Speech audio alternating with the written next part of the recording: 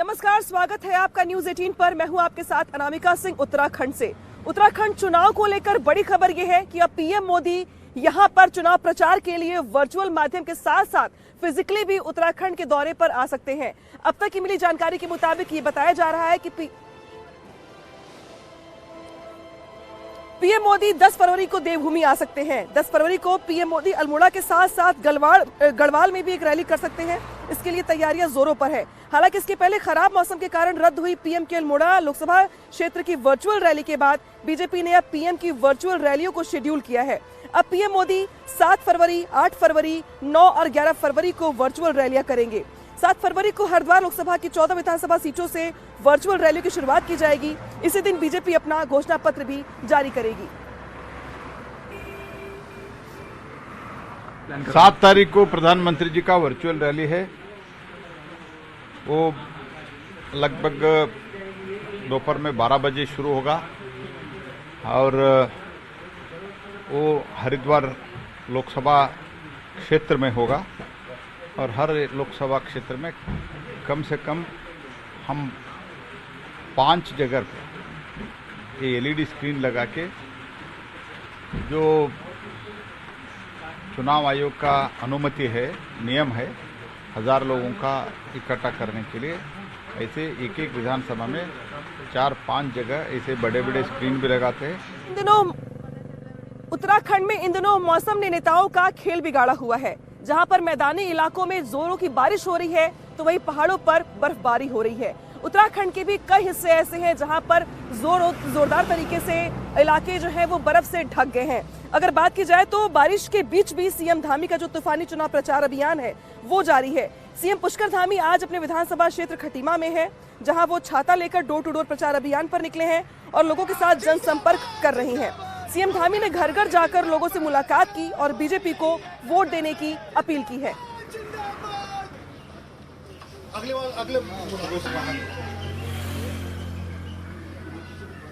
लोगों में अपार उत्साह है और मैं ऐसा समझ रहा हूं, मुझे लग रहा है कि उत्तराखंड की जनता 14 फरवरी का इंतजार कर रही है और हमने जो अब की बार नारा दिया है, अब की बार 60 पार, उस पर यहाँ की जनता की मोहर लगने वाली है। सबका आशीर्वाद मिलने वाला है। प्रचंड बहुमत की सरकार फिर से भाजपा की बनने वाली। बीच ध्रुवीकरण और तुष्टीकरण की राजनीति के बीच बीजेपी सरकार में मंत्री धन सिंह रावत के वीडियो वायरल होने के बाद राजनीति तेज हो गई है। कांग्रेस की ओर से ये वीडियो शेयर करते हुए आरोप लगाए गए हैं कि जब बीजेपी विकास के कामकाज नहीं कर पाई तो अब मस्जिद जा रही है, उसके मंत्री मस्जिद जा रहे हैं और बीजेपी इस पर जवाब देते बीजेपी को नहीं बन रहा है, क्योंकि आरोप ये लगाया जा रहा है जो कांग्रेस की ओर से अब बीजेपी के लोग इसको देखते हुए जवाब देने में असफल साबित हो रहे हैं। कल तक जो बीजेपी मुस्लिम यूनिवर्सिटी और नमाज की छुट्टी के आदेश को लेकर कांग्रेस को घेर रही थी, मौका मिलते ही कांग्रेस ने पलटवार करने में देर नहीं की और बीजेपी सरकार के मंत्री धन सिंह रावत का एक वीडियो सोशल मीडिया पर शेयर कर दिया। कांग्रेस ने कहा कि जो बीजेपी तुष्टीकरण की बात करती है, उसकी सरकार के मंत्री धन सिंह रावत मस्जिद पहुंचे।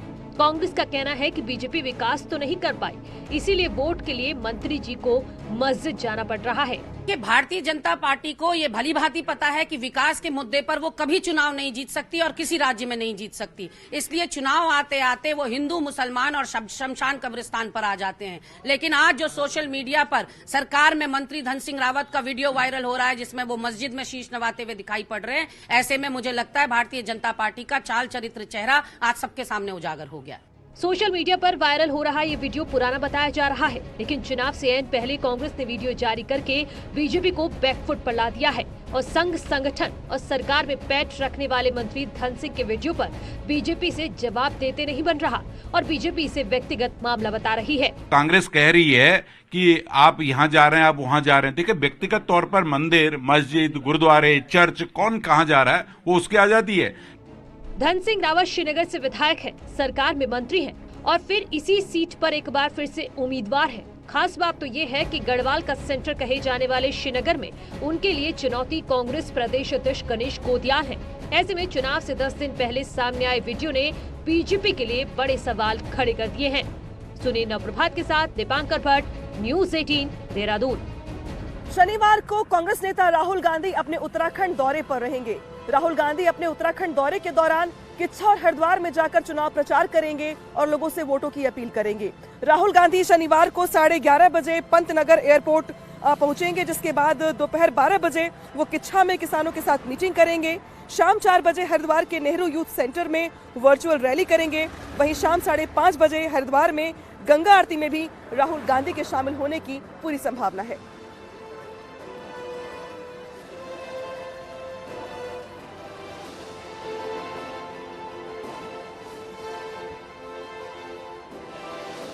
प्रीतम नहीं है इसमें कहीं।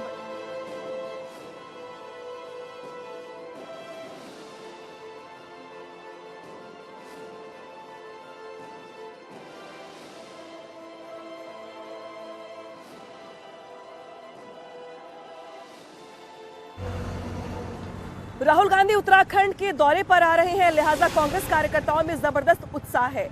राहुल गांधी के आने की तैयारियों को लेकर के कांग्रेस जो कार्यकर्ता हैं वो इतने उत्साहित है कि उनका ये मानना है कि राहुल गांधी के उत्तराखंड दौरे से कांग्रेस कार्यकर्ताओं में जोश और उत्साह आने वाले चुनाव को लेकर आगे ज्यादा बढ़ जाएगा। नेता विपक्ष प्रीतम सिंह का कहना है कि राहुल गांधी के हरिद्वार और किच्छा की रैली का अपना अलग असर होगा, ये रैली प्रभाव छोड़ेगी। वहीं हरिद्वार में राहुल गांधी की गंगा आरती पर यह कहा है कि राहुल गांधी गंगा आरती में क्यों नहीं शामिल हो सकते। कांग्रेस नेता राहुल गांधी शनिवार को उत्तराखंड में होंगे, किच्छा और हरिद्वार में उनका कार्यक्रम है।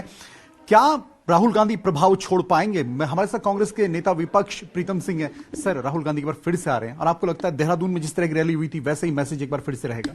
निश्चित रूप से आपने देखा होगा कि देहरादून के अंदर देश के प्रधानमंत्री जी की भी रैली भी हुई और राहुल गांधी जी की भी रैली हुई। जिस तरीके से राहुल गांधी जी की रैली में जन सैलाब उमड़ा, वो संकेत है इस बात का कि पूरे देश के अंदर लोग भाजपा से त्रस्त हैं और उत्तराखंड राज्य के अंदर निश्चित रूप से 2022 के चुनाव में लोग बदलाव बनाने के पूरे तरीके से तैयार हैं। गंगा आरती का भी कार्यक्रम है, इसको किस तरीके से आप देखते हैं? राहुल गांधी का गंगा आरती करने को कोई नई बात थोड़ी है। क्या गंगा आरती करने का जो है अधिकार सिर्फ भारतीय जनता पार्टी के लोगों को है, हमको नहीं है? क्या हम हिंदू नहीं है? क्या हम गंगा में विश्वास नहीं रखते? क्या हम ईश्वर में विश्वास नहीं रखते? ये तो भाजपा है जो इन तमाम चीजों का राजनीतिकरण करने का काम करती है और आज भी प्रयास कर रही है, कुछ कहने के लिए नहीं है। बट आपकी जो कैंपेनिंग चल रही है और आप जो दूसरे क्षेत्रों में जा रहे हैं, मौसम या कोविड, वहां पर आपको किस तरह कैंपेन में प्रॉब्लम आ रही है? सर, कुछ ऐसी नहीं, देखिए पर्वतीय क्षेत्र में तो प्रॉब्लम है, बर्फबारी हो गई। मेरे अपने विधानसभा क्षेत्र में जो है कई रास्ते जो है बंद हो गए हैं, तो उसमें आवागमन की तो सुविधा है नहीं। या तो सरकार इन व्यवस्थाओं को जो है दुरुस्त करे, सुनिश्चित करे कि आवागमन में कोई जो है दिक्कत नहीं होगी, परेशानी नहीं होगी। लेकिन इलेक्शन ऑफिस जो आयोग है वो सब चीजों को देखे और तदनुसार निर्णय ले। तो नेता विपक्ष प्रीतम सिंह का साफ तौर पर कहना है कहीं ना कहीं मौसम, कोविड की वजह से असर पड़ा है चुनाव प्रचार पे, लेकिन राहुल गांधी की जो रैली होगी वो प्रियंका गांधी और राहुल गांधी की पहली रैलियों से और भी ज्यादा प्रभावशाली होगी। कैमरा से राकेश रावत के साथ दीपांकर भट्ट, न्यूज़ 18 देहरादून। तो वही राहुल गांधी के उत्तराखंड दौरे का केंद्रीय मंत्री और यूपी के, माफ कीजिएगा, उत्तराखंड के जो प्रभारी हैं बीजेपी के, प्रहलाद जोशी, उन्होंने स्वागत किया है। प्रहलाद जोशी ने कहा है कि राहुल गांधी जहां जहां भी दौरे के लिए जाते हैं वहां वहां बीजेपी चुनाव जीतती है। उन्होंने कांग्रेस से इसी को लेकर तंज कसते हुए ये अपील भी की है कि वो कांग्रेस के दौरे और कांग्रेस के जो कार्यक्रम है उसमें राहुल गांधी की जो भूमिका है उसको ज्यादा बढ़ाए, राहुल गांधी ज्यादा से ज्यादा दौरे करें ताकि इसका फायदा सीधा सीधा बीजेपी को हो सके। राहुल गांधी जहां भी राहुल गांधी पहुंचते हैं उधर बीजेपी जीतते हैं, इसीलिए मैं उनका स्वागत करता हूं और मैं कांग्रेस पार्टी से निवेदन करता हूं ज़्यादा से ज़्यादा राहुल गांधी का कार्यक्रम आप कृपया करो, उससे हमको बहुत सुविधा है। राहुल गांधी इस बीच उत्तराखंड दौरे के दौरान किच्छा में 800 किसानों के साथ संवाद भी करेंगे, उनकी समस्याएं सुनेंगे और कांग्रेस की तरफ से जो उनकी ओर से योजनाएं चलाई जा रही है खासतौर पर किसानों के लिए, उसके बारे में वो जानकारी भी देंगे। इसके अलावा इसके साथ ही पार्टी प्रत्याशी तिलक राज बेहड़ के लिए वोटों की अपील भी करेंगे। राहुल गांधी के कार्यक्रम को लेकर पार्टी कार्यकर्ताओं में बेहद उत्साह है। राहुल गांधी के कार्यक्रम की तैयारियों का जायजा लेने पार्टी प्रदेश सह प्रभारी राजेश धर्माणी, उत्तराखंड मीडिया इंचार्ज जरिता लेतफलांग भी पहुंची हुई हैं और कार्यक्रम स्थल का अनाज मंडी का निरीक्षण कर पार्टी कार्यकर्ताओं को जरूरी दिशा निर्देश भी दिए गए हैं।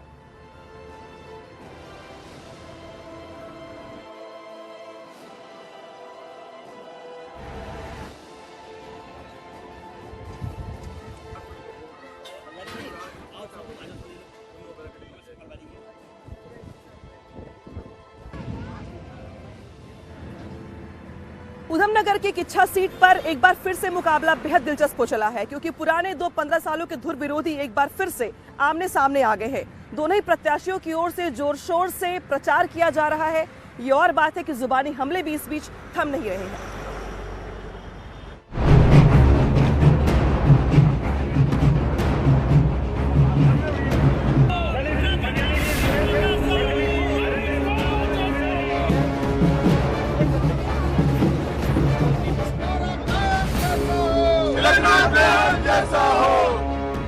किच्छा से कांग्रेस प्रत्याशी तिलकराज बेहड़ और बीजेपी प्रत्याशी राजेश शुक्ला के बीच अदावत जगजाहिर है। इसकी बड़ी वजह राज्य गठन के बाद रुद्रपुर किच्छा सीट पर हुए 2 चुनाव रहे हैं। 2002 में कांग्रेस प्रत्याशी के रूप में बेहड़ ने समाजवादी पार्टी से मैदान में उतरे राजेश शुक्ला को शिकस्त दी थी। 2007 के चुनाव में राजेश शुक्ला बीजेपी के टिकट पर लड़े और फिर बेहड़ से चुनाव हार गए। इसके बाद हुए परिसीमन में रुद्रपुर से हटकर किच्छा अलग सीट बनी थी, जिसके बाद राजेश शुक्ला ने किच्छा में अपनी राजनीतिक जमीन मजबूत की और लगातार 2 चुनाव जीते। लेकिन रुद्रपुर में बेहड़ की जमीन कमजोर होती गई और इसका खामियाजा बेहड़ को 2 चुनावों में हार के रूप में देखना पड़ा। अब बेहड़ किच्छा से चुनाव लड़ रहे हैं, जहां उनका मुकाबला अपने पुराने विरोधी राजेश शुक्ला से होने जा रहा है। राजेश शुक्ला बेहद आत्मविश्वास में दिख रहे हैं और बेहड़ को कमजोर और थका हुआ नेता बता रहे हैं। कोई चुनौती नहीं है। उस समय तो मिनिस्टर थे और मैं कुछ भी नहीं था, विधायक भी नहीं बना था, लोगों ने मेरा काम भी नहीं देखा था। और उस समय जब मैंने वो टक्कर दी थी, अब तो ये 10 साल बाद थके हारे हार कर बड़े अंतर से हार कर यहाँ लौटे हैं और इनका निकम्मापन वहाँ भी लोगों ने देखा और यहाँ भी किच्छा लोगों ने देखा कि कोई काम नहीं किया और इन 10 सालों में गोला में बहुत पानी बह गया। कांग्रेस प्रत्याशी तिलकराज बेहड़ के लिए सियासी जमीन तो नई है, लेकिन किच्छा से उनका राजनीतिक ताल्लुक पुराना है। हालांकि नई जमीन पर पैर जमाने उनके लिए बहुत आसान नहीं है, लेकिन वो अपनी जीत के प्रति आश्वस्त हैं। कोई चुनौती नहीं है। ये चुनाव 10 साल की एंटी कंपन्सी है और लोग बदलाव चाहते हैं, परिवर्तन चाहते हैं और उसमें कांग्रेस जीत रही है इस चुनाव को। लगातार 2 जीत के बाद राजेश शुक्ला के सामने हैट्रिक का मौका है, तो वहीं पिछले 2 चुनाव में हार का सामना कर चुके बेहड़ के लिए ये चुनाव करो या मरो की स्थिति जैसा ही है। न्यूज़ 18 के लिए किच्छा से चंदन बंगारी की रिपोर्ट। पहाड़ों में भारी बर्फबारी के बीच भी प्रत्याशियों का चुनाव प्रचार जारी है। लगातार प्रत्याशी क्षेत्रों में निकलकर चुनाव प्रचार कर रहे हैं। हालांकि इस बीच कांग्रेस की ओर से अगर बात की जाए तो पिथौरागढ़ की धारचूला सीट से कांग्रेस के उम्मीदवार हरीश धामी का एक वीडियो सोशल मीडिया पर जमकर वायरल हो रहा है। इस वीडियो में हरीश धामी भारी बर्फबारी के बीच में चुनाव प्रचार करते दिखाई दे रहे हैं। हालांकि इस बीच जो धामी है अब वो अपने कार्यकर्ताओं के साथ पहाड़ी गानों पर नाचते हुए दिखाई दे रहे हैं और यहाँ तक कि समर्थकों का उत्साह बढ़ाने के लिए वो कार्यकर्ताओं के बीच में जा रहे हैं, लोगों से मुलाकातें कर रहे हैं। उनको नाचता हुआ देखकर कार्यकर्ता भी हरीश धामी के साथ झूमते हुए दिखाई दे रहे हैं।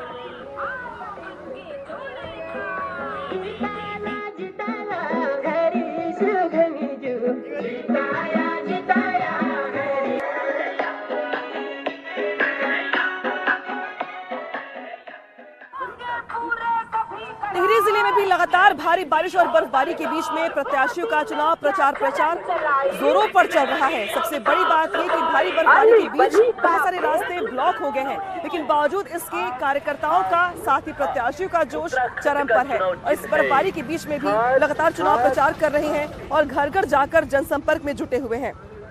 इसके अलावा अगर बात की जाए तो टिहरी जिले की धनसाली, प्रतापनगर और धनौल्टी में बर्फबारी से कड़ाके की ठंड पड़ रही है। साथ ही वही बीजेपी कार्यकर्ता झंडा लेकर प्रचार में जुटे हुए हैं।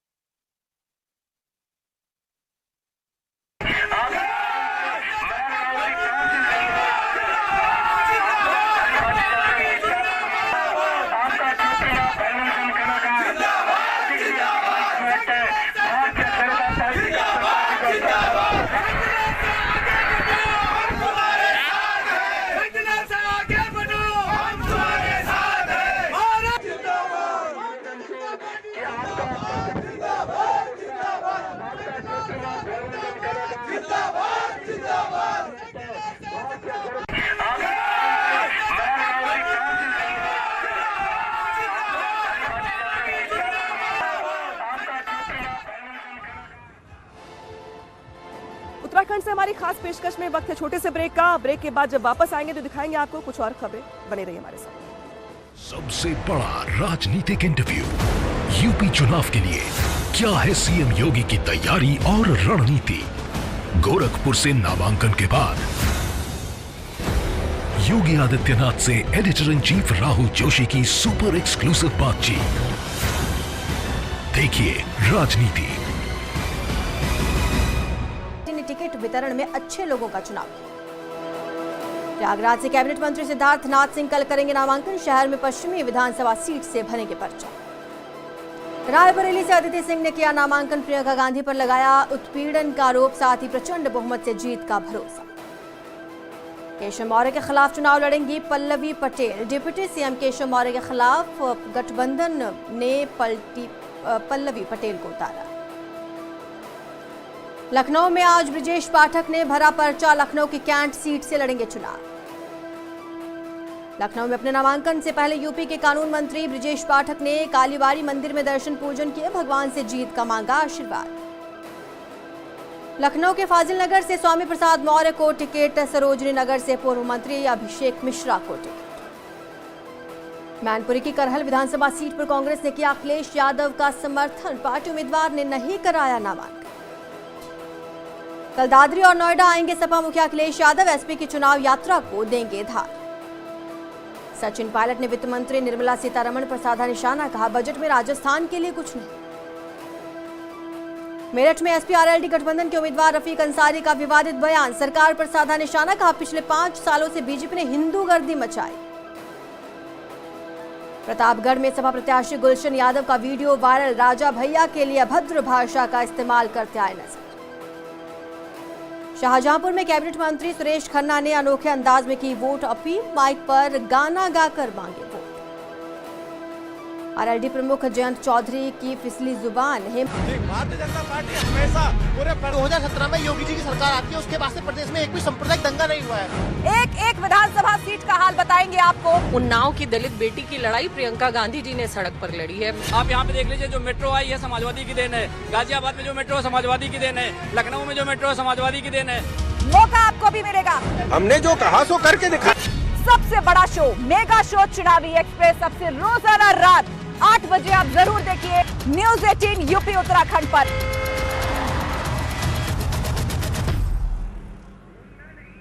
ब्रेक के बाद एक बार फिर स्वागत है आप सभी का। फिलहाल ले चलते हैं आपको गोरखपुर, जहां पे मुख्यमंत्री योगी आदित्यनाथ कुछ कह रहे हैं। सुनिए। संविधान सभा के अध्यक्ष के रूप में उनके योगदान को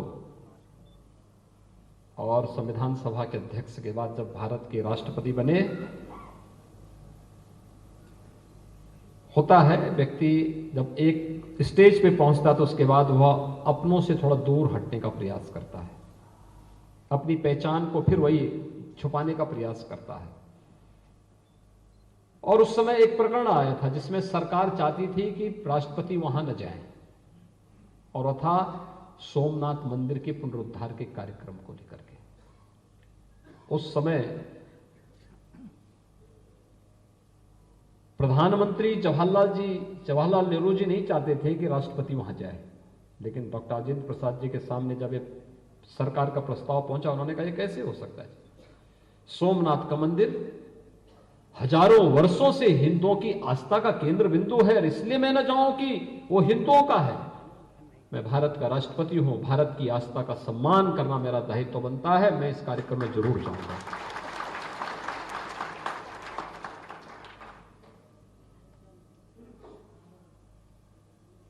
डॉक्टर राजेंद्र प्रसाद जी उस कार्यक्रम में गए थे।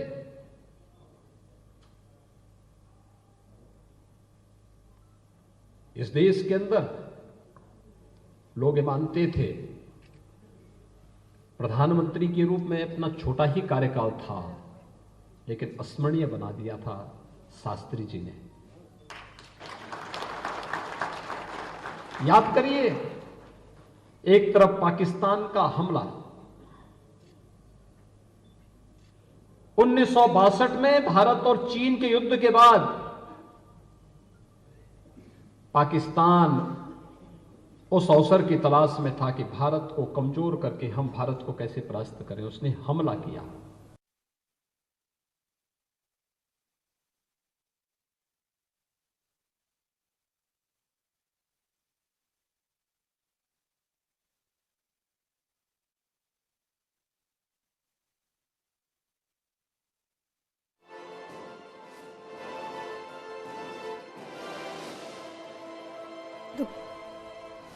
गोरखपुर पहुंचे सीएम योगी आदित्यनाथ और यहां से विपक्ष पर जमकर उन्होंने निशाना साधा।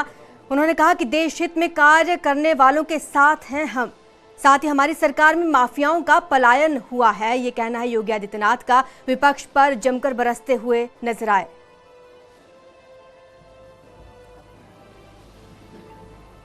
चीफ जस्टिस ऑफ इंडिया भी आए थे, मुझे प्रोटोकॉल के नाते भी वहां रहना था और राज्य सरकार ने वहां पे एक लॉ यूनिवर्सिटी भी दी थी, नेशनल लॉ यूनिवर्सिटी।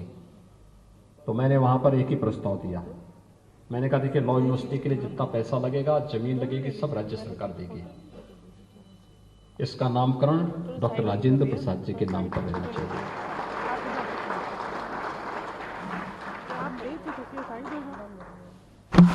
क्योंकि इन महापुरुषों ने अपने लिए नहीं जिया, उनका जीवन देश के लिए था, समाज के लिए था।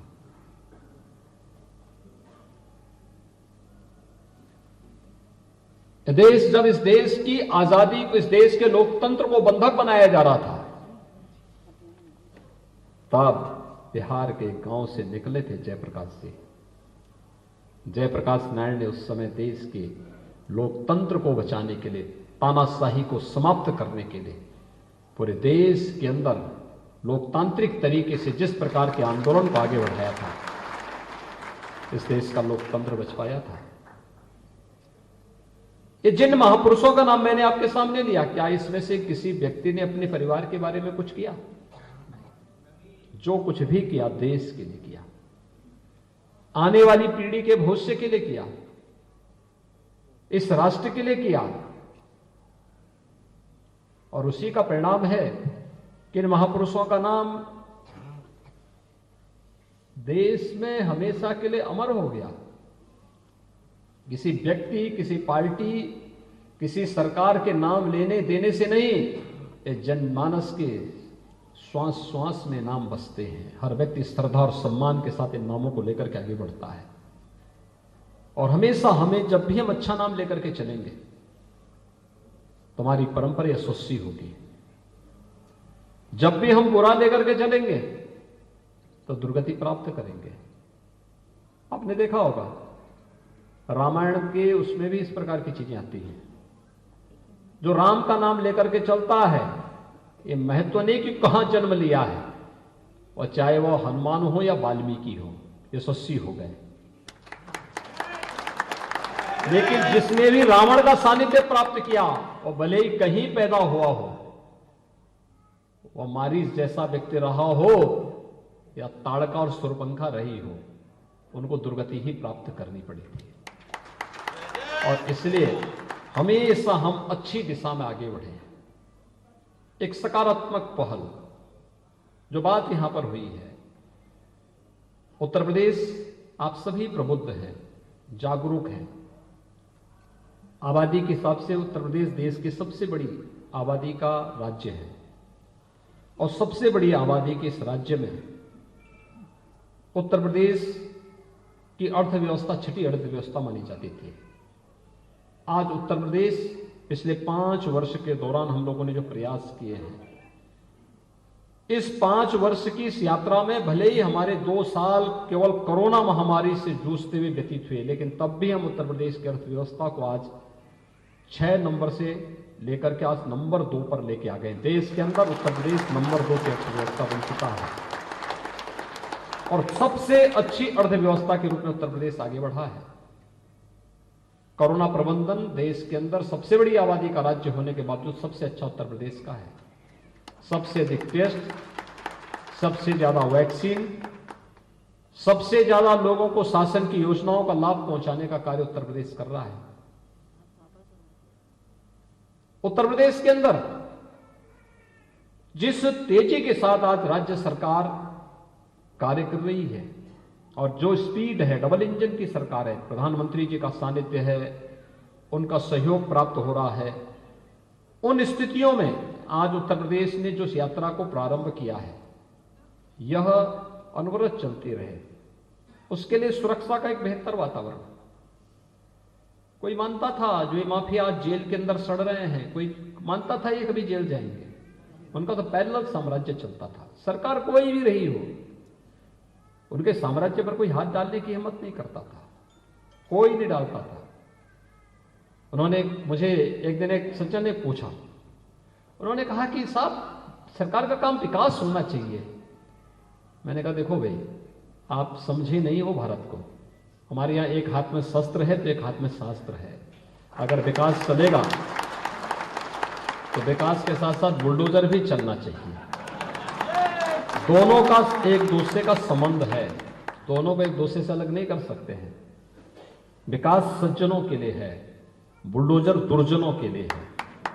और दोनों जब एक साथ चलेंगे तो स्पीड और कई गुना ज्यादा दिखाई देगी।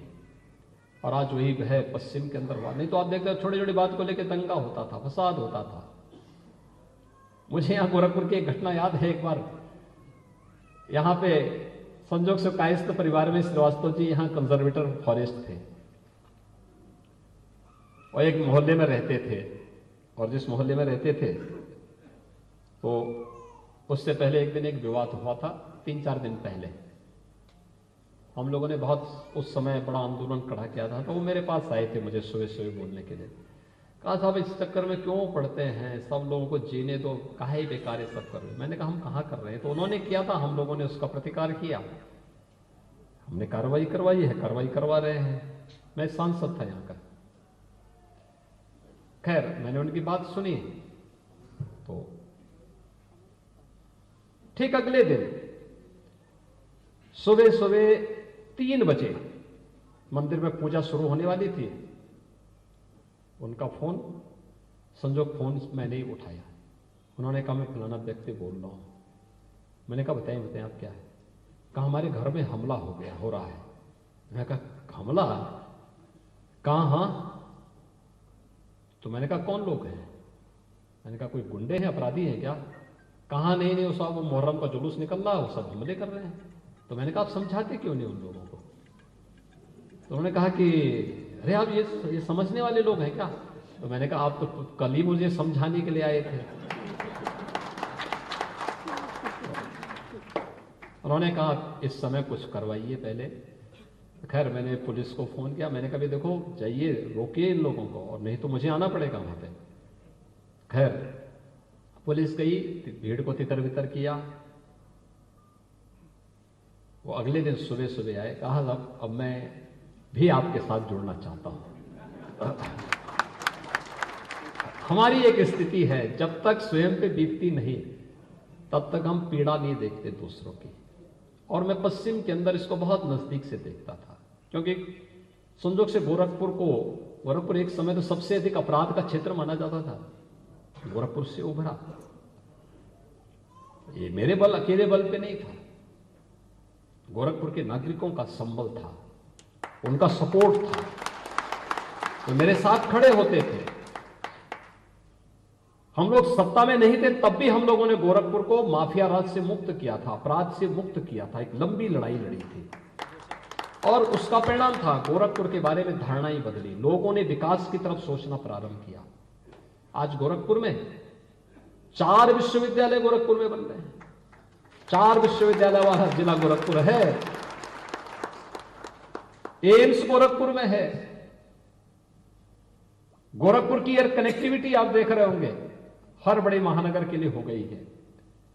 हर ओर से 4 लेन 6 लेन की कनेक्टिविटी गोरखपुर की सड़क मार्ग से भी हो चुकी है। पर्यटन की दृष्टि से ढेर सारी संभावनाएं आगे बढ़ रही है। ये केवल विकास नहीं है, ये यहां के युवाओं के लिए रोजगार का भी सृजन कर रहा है। अनेक नौजवान इस रोजगार के साथ जुड़ रहे हैं। और रोजगार से भी महत्वपूर्ण है, उसके सामने जो पहचान का संकट था वह उससे उभर चुका है। अब वो कहीं जाएगा, लोग एक बार तो उसके बारे में जरूर सोचेंगे। जो पहले लोग सोचते गोरखपुर, यानी ऐसा खोप लोगों के मन में होता था गोरखपुर के नाम पे कि उसको होटल में रूम नहीं मिलता था, धर्मशाला में रुकने नहीं देते थे। लेकिन आज मैं कह सकता हूं कि गोरखपुर के नाम पर आप कहीं जाएंगे, लोग बड़े गर्व के साथ कहेंगे अच्छा गोरखपुर से, हाँ आइए भैया, जरूर बोलेगा हर व्यक्ति। उस छवि को हम लोगों ने बदला है, क्योंकि हमारी युवा पीढ़ी और आने वाली पीढ़ी को अपने सामने कहीं भी अपनी पहचान को छुपाने की नौबत ना ले पाए। यह महत्वपूर्ण होता है और उससे उभार करके उसको एक नई दिशा की ओर अग्रसर किया है। और ये चुनाव प्रधानमंत्री मोदी जी के नेतृत्व में भारतीय जनता पार्टी की डबल इंजन की सरकार ने, सेंट्रल यानी केंद्र की सरकार, राज्य की सरकार, ये दोनों डबल इंजन की तरह काम किए हैं, एक साथ मिल करके काम किए हैं। पहले क्या होता था? सफाई महोत्सव होता था,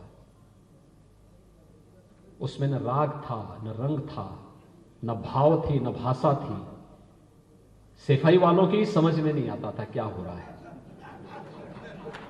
लेकिन आज हम उत्तर प्रदेश स्थापना दिवस का कार्यक्रम करते हैं। स्थापना दिवस के कार्यक्रम में आज उत्तर प्रदेश की परंपरागत उत्पाद को पहचान दिलाई जाती है। एक जनपद एक उत्पाद की योजना। ये एक जनपद एक उत्पाद ने क्या अंतर महसूस किया? इसने उत्तर प्रदेश को एक एक्सपोर्ट के हब के रूप में स्थापित किया है। 1,21,000 करोड़ रुपए का हम यहां का प्रोडक्ट हर वर्ष यहां से एक्सपोर्ट कर रहे हैं। राज्य की अर्थव्यवस्था पर इसका असर पड़ता है, रोजगार पर इसका प्रभाव पड़ता है।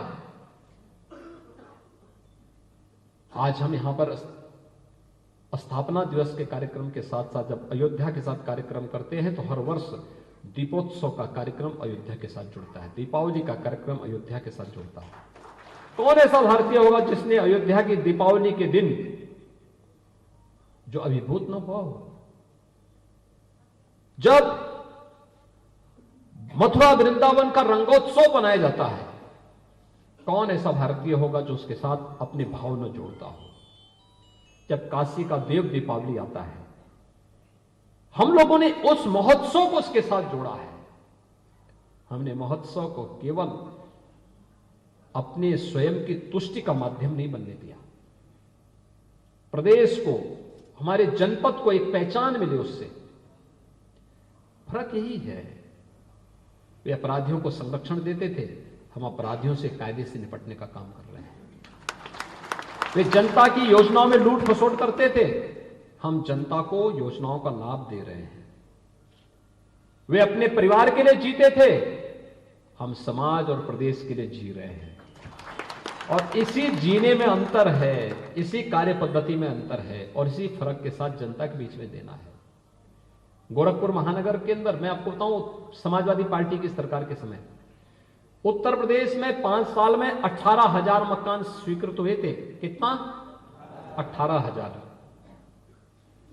और भाइयों बहनों, अकेले गोरखपुर महानगर में हम लोगों ने गोरखपुर महानगर के अंदर 32,000 मकान इस दौरान 5 वर्ष में बनाए हैं। गोरखपुर महानगर के अंदर, पूरे प्रदेश के अंदर मैं गिनूंगा तो यह संख्या है 43,50,000 से अधिक। कोई तुलना है? 18,000 एक तरफ है और 43,50,000 दूसरी तरफ है। सरकार वही, नाम वही, चेहरे बदले, तंत्र वही, प्रदेश वही, और कार्य में कितना गुना अंतर आ गया। पहले बिजली नहीं मिलती थी गोरखपुर में, हम तो सड़कों पे आंदोलन करते थे। और सपा बसपा की चलती ना तो गोरखपुर का बीआरडी मेडिकल कॉलेज पहिया इस पे होता तो इसको निकाल करके भी लेके चले गए होते गोरखपुर से। ये भी नहीं बचता, जर्जर था। बंद कब हो जाए? डॉक्टर यहां पे हमारे श्रीवास्तव जी यहां पर बैठे हुए हैं, यानी कब बंद हो जाए? डॉक्टर डीके श्रीवास्तव इसके उदाहरण है। कब बंद हो जाए कोई भरोसा नहीं था, कोई भरोसा नहीं था। कब बंद हो जाए, कब क्या हो जाए, कोई वो नहीं था। लेकिन आज यही बीआरडी मेडिकल कॉलेज कोरोना कालखंड में हजारों लोगों के जीवन को बचाया है, हजारों लोगों के जीवन को बचाया है। नया सुपर स्पेशलिटी ब्लॉक बन चुका है।